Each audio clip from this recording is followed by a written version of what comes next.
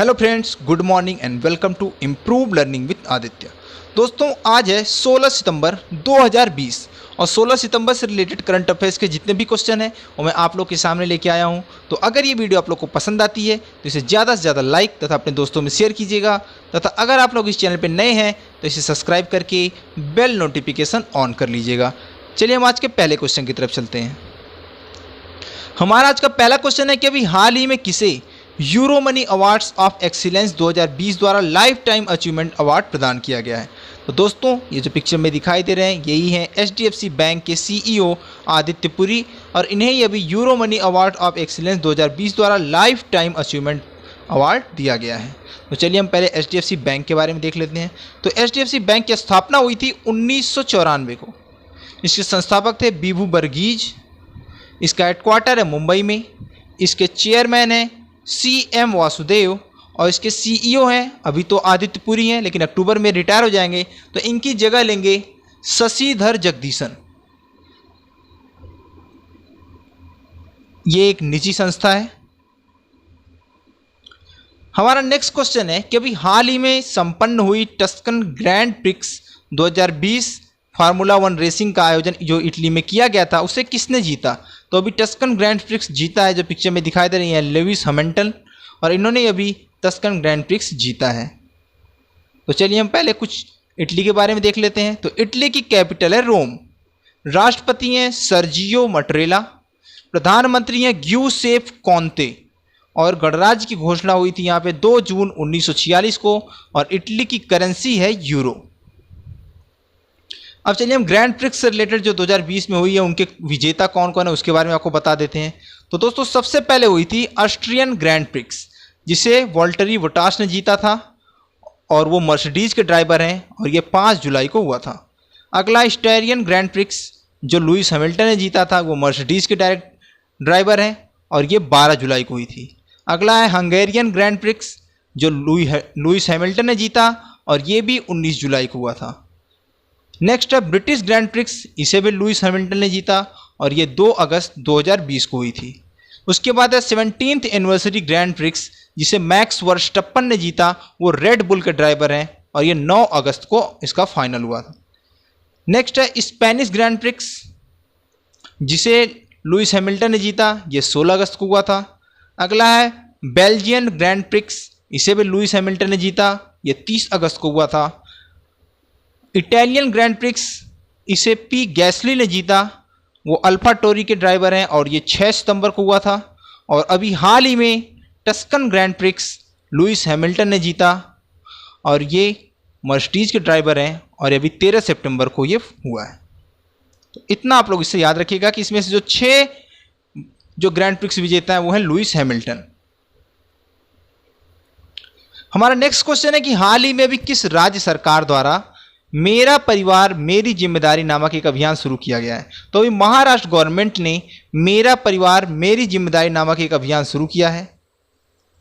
इसके बारे में आपको बता दूं तो मेरा परिवार मेरी जिम्मेदारी अभियान के तहत विभिन्न चिकित्सा टीम गठित की जाएंगी। ये टीम घर घर दौरा करके बुखार, खांसी, सांस फूलना जैसे लक्षण वाले लोगों को नज़दीकी अस्पताल में भर्ती कराएंगी और घर के सभी सदस्यों को कोरोना से पहले, कोरोना के दौरान और कोरोना की बाद की स्थिति में बचाव और उपायों की जानकारी देंगी।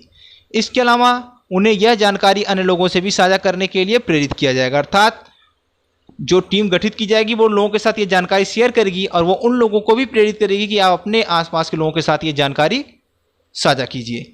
अब महाराष्ट्र में कोरोना वायरस का संक्रमण काफ़ी तेज़ी से फैल रहा है, आपको पता है, और सरकार के अथक प्रयासों के बावजूद भी यहाँ पर वायरस का जो प्रसार है वो नियंत्रण में नहीं हो रहा है।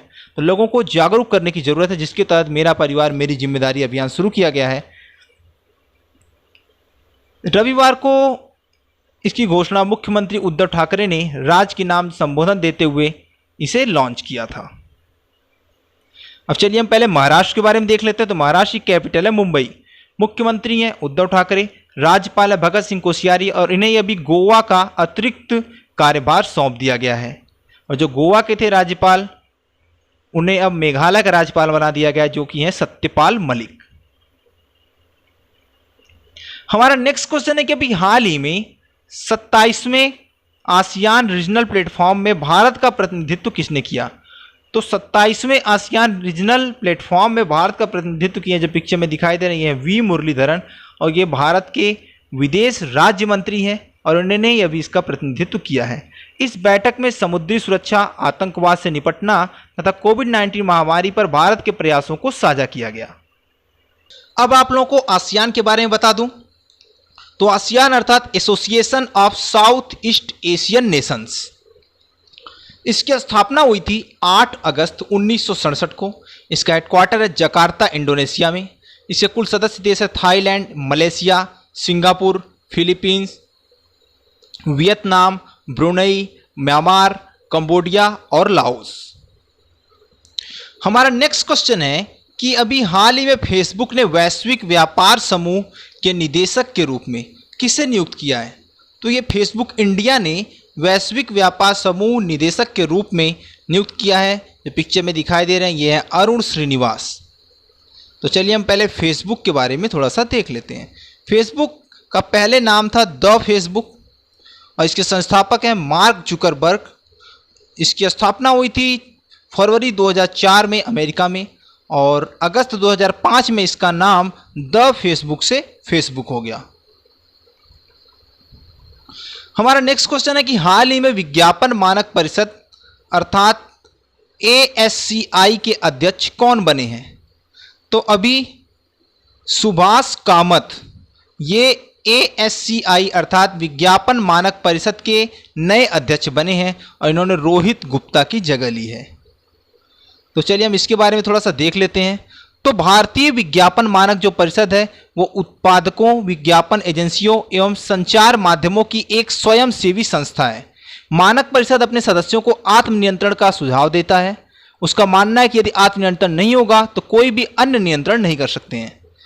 मानक परिषद द्वारा तैयार जो नियमावली है उसके कुछ मूलभूत सिद्धांत है, उसके बारे में मैं आपको बता देता हूं। तो पहला है कि विज्ञापन के कथन में सत्य एवं ईमानदारी का समावेश करके भ्रामक प्रचार से बचाना। आजकल आपको पता है कि जो न्यूज़ है वो ज़्यादा से ज़्यादा भ्रामक होती हैं, उसमें सत्य के नाम पे कुछ भी नहीं होता है। अगला है यह सुनिश्चित करना है कि विज्ञापन समाज की शालीनता की मान्यताओं को ठेस ना पहुंचाए। ये सबसे बड़ी बात इसकी है। ऐसे विज्ञापनों से बचाना जो समाज व व्यक्तियों के हितों के विपरीत हो व मानव मात्र को अमान्य हो। आजकल इस पर कोई भी ध्यान नहीं दे रहा है। यह सुनिश्चित करना कि विज्ञापन व्यापार के प्रतियोगिता पक्ष का पालन करे, जिससे कि उपभोक्ता के चुनाव एवं विवेक में बाधक न बने। इस प्रतियोगिता से उत्पादकों एवं ग्राहकों दोनों को लाभ हो। आप देखते हैं कि सभी जितने भी कंपनियां वो अपने उत्पादकों का बढ़ चढ़ के प्रचार करती हैं, एक दूसरे से उसे ज़्यादा अच्छा बताती हैं। इन सब चीज़ों के बारे में बताया गया कि चुनाव करने में जो कस्टमर्स हैं उनको चुनाव करने में प्रॉब्लम ना हो, इन सब चीज़ों का भी ध्यान रखना है। हमारा नेक्स्ट क्वेश्चन है कि हाल ही में भारत का पहला कोविड-19 हवाई अड्डा परीक्षण सुविधा की शुरुआत कहाँ की गई है? तो अभी इंदिरा गांधी अंतर्राष्ट्रीय एयरपोर्ट दिल्ली जो है वहाँ पर कोविड-19 हवाई अड्डा परीक्षण सुविधा की शुरुआत की गई है। तो चलिए हम पहले दिल्ली के बारे में देख लेते हैं। दिल्ली के मुख्यमंत्री हैं अरविंद केजरीवाल, उप मुख्यमंत्री हैं मनीष सिसोदिया और वही यहाँ के शिक्षा मंत्री भी हैं। उपराज्यपाल हैं अनिल बैजल। हमारा नेक्स्ट क्वेश्चन है कि अभी हाल ही में संपन्न हुए हीरो कैरिबियन प्रीमियर लीग 2020 किसने जीती है? तो अभी हीरो कैरिबियन प्रीमियर लीग जीते हैं ट्रिनिडाद नाइट राइडर्स और ये शाहरुख खान की टीम है। इसके बारे में थोड़ा सा आपको बता दूं कि जो ट्रिनिडाद नाइट राइडर है इसे पहले ट्रिनिडाद एवं टोबैगो रेड स्टील के नाम से जानते थे। यह कैरिबियन प्रीमियर लीग की एक फ्रेंचाइजी क्रिकेट टीम है जो पोर्ट ऑफ स्पेन, ट्रिनिडाद और टोबैगो में आधारित है। इसके अगर मालिक की बात करें तो शाहरुख खान, जूही चावला तथा जय मेहता है और इसने ही अभी कैरिबियन प्रीमियर लीग जीता है। हमारा नेक्स्ट क्वेश्चन है कि हाल ही में किस राज्य में स्मार्ट राशन कार्ड योजना शुरू की गई है? तो अभी पंजाब में ये स्मार्ट राशन कार्ड योजना शुरू की गई है। इसके बारे में अगर आपको बताऊं तो पंजाब के मुख्यमंत्री कैप्टन अमरिंदर सिंह द्वारा राज्य भर में लगभग 1.41 करोड़ लाभार्थियों को शामिल करने के लिए यह स्मार्ट राशन कार्ड योजना शुरू की गई है। इसके अलावा 9 लाख लाभार्थियों को रियायत ई राशन प्रदान करने के लिए एक दूसरी राज्य वित्त पोषित योजना भी शुरू की गई है। मतलब रियायत पर जो राशन दिया जाता है उसे भी प्रदान करने के लिए एक दूसरी वित्त पोषी योजना भी साथ में शुरू की गई थी। और पंजाब के बारे में देख लेते हैं। तो पंजाब की कैपिटल है चंडीगढ़। मुख्यमंत्री हैं कैप्टन अमरिंदर सिंह। राज्यपाल हैं विजेंद्र पाल सिंह बदनौर, जिन्हें आप वीपी सिंह बदनौर भी कहते हैं। पड़ोसी राज्य हैं इसके राजस्थान, हरियाणा, हिमाचल प्रदेश, और एक केंद्र शासित प्रदेश भी इससे लगा हुआ है, वो है जम्मू कश्मीर। हमारा नेक्स्ट क्वेश्चन है कि अभी हाल ही में राज्यसभा के उपसभापति कौन बने हैं। तो अभी लगातार दूसरी बार राज्यसभा के उपसभापति बने हैं हरिवंश नारायण सिंह, जो पिक्चर में दिखाई दे रहे हैं यही हैं राज्यसभा के उपसभापति हरिवंश नारायण सिंह। इनके प्रतिद्वंदी की बात करें तो थे राष्ट्रीय जनता दल के मनोज झा, जबकि हरिवंश नारायण सिंह को जनता दल यूनाइटेड के सांसद ने इन्हें ध्वनि मत से चुने जाने की घोषणा की। अगर बात करें राज्यसभा की तो हम इसे उच्च सदन कहते हैं तथा इसमें अधिकतम सदस्य जो हैं वो 250 हो सकते हैं। वर्तमान में कुल 245 सदस्य हैं जिनका कार्यकाल 6 वर्षों का होता है। पहले सत्र की बात करें राज्यसभा की तो 13 मई 1952 को हुआ था और वर्तमान में राज्यसभा के जो सभापति हैं वो वेंकैया नायडू हैं। आपको पता है कि जो उपराष्ट्रपति होते हैं वही राज्यसभा के सभापति होते हैं, उनकी अनुपस्थिति में ही उपसभापति कार्य करता है। संसद के मानसून सत्र के पहले दिन उच्च सदन की कार्रवाई के दौरान ही भाजपा सदस्य जेपी नड्डा ने उपसभापति पद के लिए हरिवंश राय के नाम का प्रस्ताव रखा और उन्हें ध्वनिमति से इसके लिए चुना गया। हमारा नेक्स्ट क्वेश्चन है कि उर्वरकों के उत्पादन में भारत कब तक आत्मनिर्भर हो जाएगा। तो उर्वरकों के उत्पादन में भारत 2023 तक आत्मनिर्भर हो जाएगा। इसके बारे में बताऊं तो केंद्रीय मंत्री डीवी सदानंद गौड़ा ने रविवार को कहा कि 2023 तक जो भारत है वो उर्वरकों के उत्पादन में आत्मनिर्भर हो जाएगा। उन्होंने कहा कि आत्मनिर्भर भारत कार्यक्रम के तहत लगभग 40,000 करोड़ रुपए की लागत से नई उर्वरक उत्पादन इकाइयों की स्थापना की जा रही है, जिससे आयात पर निर्भरता कम हो जाएगी। केंद्रीय रसायन और उर्वरक मंत्री सदानंद गौड़ा ने कहा कि भारत सरकार देश में जैविक और नैनो उर्वरकों के उत्पादन को प्रोत्साहित कर रही है, क्योंकि वे 25 से 30% तक किफ़ायती हैं और 18 से 35% तक अधिक उपज देते हैं और मिट्टी की उर्वरता भी बनाए रखते हैं। तो उन्होंने कहा कि इफ़को के नैनो उर्वरक के उपयोग की सराहना करते हुए उसे पासा पलटने वाला बताया तथा किसानों और कृषि विश्वविद्यालयों की सकारात्मक प्रक्रिया को भी उन्होंने सराहा। हमारा नेक्स्ट क्वेश्चन है कि अभी हाल ही में डायना रिक का निधन हो गया, वह कौन थी। तो दोस्तों अभी हाल ही में डायना रिक का निधन हो गया। ये एक ब्रिटिश अभिनेत्री थी जो पिक्चर में दिखाई दे रही, यही है डायना रिक, और इनका भी हाल ही में देहांत हो गया है। इनके बारे में बात करें तो ये ब्रिटिश अभिनेत्री डायना रिक का कैंसर के चलते निधन हो गया। वो 82 साल की थी था। इन्होंने गेम ऑफ थ्रोन्स सीरीज में हाउस टाइरेल मैट्रिक के मालिक ओलेना टायरेल की भूमिका निभाई थी। इस किरदार के लिए इन्हें खूब सराहा गया था और इनकी मौत जो है वो कैंसर के चलते हुई है। अब हम बात करते हैं यूनाइटेड किंगडम की। तो यूनाइटेड किंगडम, इसे ही ब्रिटेन भी कहते हैं, तो कैपिटल है इसकी लंदन। क्वीन है महारानी एलिजाबेथ द्वितीय। प्रधानमंत्री हैं बोरिस जॉनसन। यूनाइटेड किंगडम जो है वो ग्रेट ब्रिटेन और उत्तरी आयरलैंड से संयुक्त होकर बना है। यह अटलांटिक सागर, उत्तरी सागर, इंग्लिश चैनल और आयरिश सागर से घिरा हुआ है। हमारा अगला क्वेश्चन है कि हाल ही में आईपीएल टीम राजस्थान रॉयल्स के मेंटर और ब्रांड एम्बेसडर कौन बनाए गए हैं। तो अभी आईपीएल की टीम राजस्थान रॉयल्स के मेंटर और ब्रांड एम्बेसडर बनाए गए हैं शेन वॉर्न।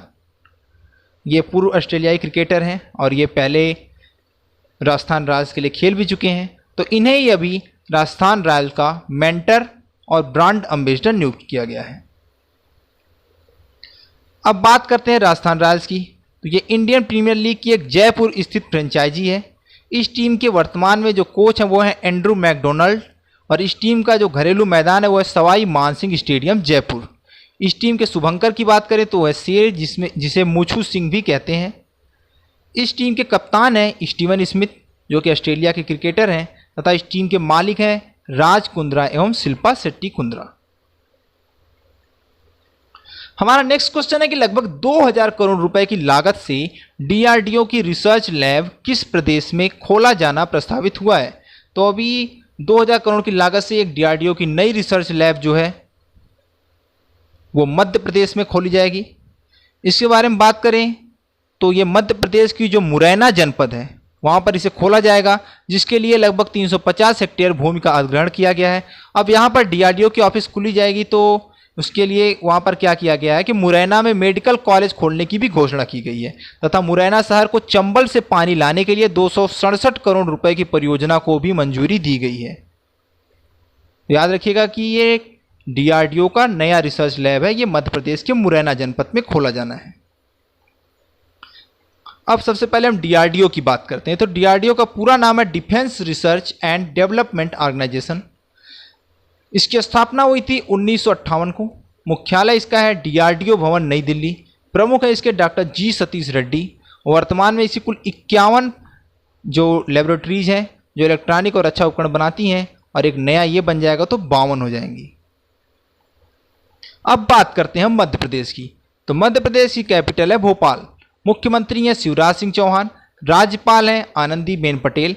विधानसभा में कुल सीटें हैं 231। राज्यसभा में कुल सीटें 11। लोकसभा में कुल सीटें हैं 29। और मध्य प्रदेश का जो कान्हा टाइगर रिजर्व है वहाँ पर भारत के सबसे अधिक बाघ पाए जाते हैं तथा पूरे विश्व के जो सबसे अधिक बाघ हैं लगभग 70 से 75% वो भी भारत में ही पाए जाते हैं।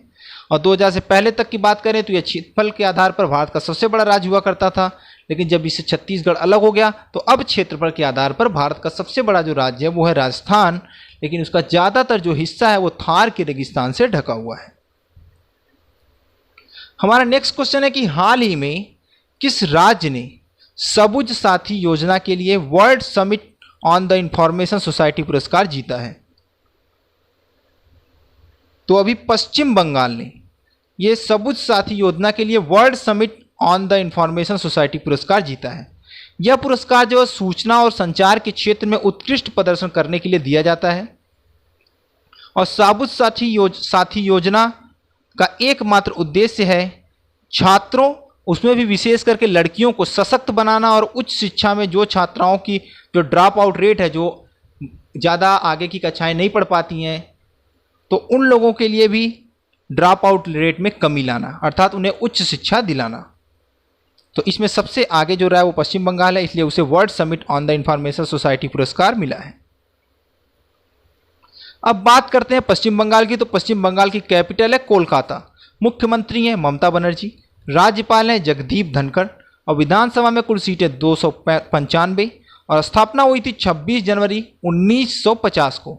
आप इसे पुनर्गठन भी इसका कह सकते हैं। हमारा अगला क्वेश्चन है कि अभी हाल ही में किस राज्य में मुख्यमंत्री महिला कल्याण योजना की शुरुआत की गई है। तो अभी गुजरात राज्य में मुख्यमंत्री महिला कल्याण योजना की शुरुआत की गई है। अगर इस योजना की बात करें तो इस योजना का प्रमुख उद्देश्य कोविड-19 महामारी के दौरान महिलाओं को स्वरोजगार देने के लिए ब्याज मुक्त ऋण देना। इस योजना को प्रधानमंत्री नरेंद्र मोदी के जन्मदिन के दिन अर्थात 17 सितंबर से प्रारंभ किया जाएगा। अब बात करते हैं गुजरात की। तो गुजरात की कैपिटल है गांधीनगर। मुख्यमंत्री हैं विजय रूपाणी। राज्यपाल हैं आचार्य देवव्रत। और अनेक महान पुरुषों के जन्मस्थली के कारण इसे महापुरुषों की धरती भी कहते हैं। गुजरात का सबसे प्रसिद्ध नृत्य है गरबा। गुजरात राज्य की स्थापना की बात करें तो 1 मई 1960 को हुई थी। और नर्मदा नदी पर जो स्टैचू ऑफ यूनिटी बनी है वो पूरे विश्व की सबसे ऊंची प्रतिमा है, जिसकी आधार से कुल लंबाई बेस से कुल हाइट है 240 मीटर तथा केवल स्टैचू की जो लंबाई है वो है 182 मीटर, जो कि विश्व की किसी भी दूसरी प्रतिमा से बहुत ज़्यादा है। हमारा नेक्स्ट क्वेश्चन है कि हाल ही में इमामी लिमिटेड कंपनी ने अपने हाइजीन रेंज के उत्पादों के लिए किसे ब्रांड एम्बेसडर नियुक्त किया है। तो आपको पिक्चर में दिखाई दे रहे हैं, ये है जूही चावला और इन्हें ही अभी इमामी लिमिटेड कंपनी ने अपने हाइजीन रेंज के उत्पादों के लिए ब्रांड एम्बेसडर नियुक्त किया है। तो चलिए सबसे पहले हम इमामी लिमिटेड के बारे में देखते हैं। तो इसकी स्थापना हुई थी 1974 को। संस्थापक इसके RS अग्रवाल और RS गोयनका। हेडक्वार्टर इसका है कोलकाता पश्चिम बंगाल में और इसके प्रमुख भी हैं RS अग्रवाल तथा RS गोयनका। यह एक फेयरनेस क्रीम प्रोडक्ट है। हमारा नेक्स्ट क्वेश्चन है कि हर साल इंजीनियर्स डे कब मनाया जाता है। दोस्तों हर साल इंजीनियर्स डे मनाया जाता है 15 सितंबर को, और जो पिक्चर में दिखाई दे रहे हैं डॉक्टर एम विश्वेश्वरैया, और इनके ही जन्म दिवस को इंजीनियर्स डे के रूप में मनाया जाता है। अब इनके बारे में आपको थोड़ा सा हम बता देते हैं। तो भारत में प्रतिवर्ष 15 सितंबर को अभियंता दिवस अर्थात इंजीनियर्स डे के रूप में मनाया जाता है। इसी दिन भारत के महान अभियंता इंजीनियर भारत रत्न एम विश्वेश्वरैया का जन्मदिन है, और एम विश्वेश्वरैया भारत के महान इंजीनियरों में से एक हैं। इन्होंने ही आधुनिक भारत की रचना की और भारत का नया रूप दिया। इनकी दृष्टि और इंजीनियरिंग के क्षेत्र में समर्पण भारत के लिए कुछ असाधारण योगदान इन्होंने दिया था। अब दुनिया के दूसरे देशों में इंजीनियर्स डे कब कब मनाया जाता है मैं आपको बता देता हूं। तो अर्जेंटीना में 16 जून को मनाया जाता है इंजीनियर्स डे, बांग्लादेश में 7 मई को, बेल्जियम में 20 मार्च को, कोलंबिया में 17 अगस्त को, आइसलैंड में 10 अप्रैल को, ईरान में 24 फरवरी को, इटली में 15 जून को, मैक्सिको में 1 जुलाई को, पेरू में 8 जून को, रोमानिया में 14 सितंबर को तथा तुर्की में 5 दिसंबर को ये इंजीनियर्स डे मनाया जाता है, और भारत में 15 सितंबर को मनाया जाता है।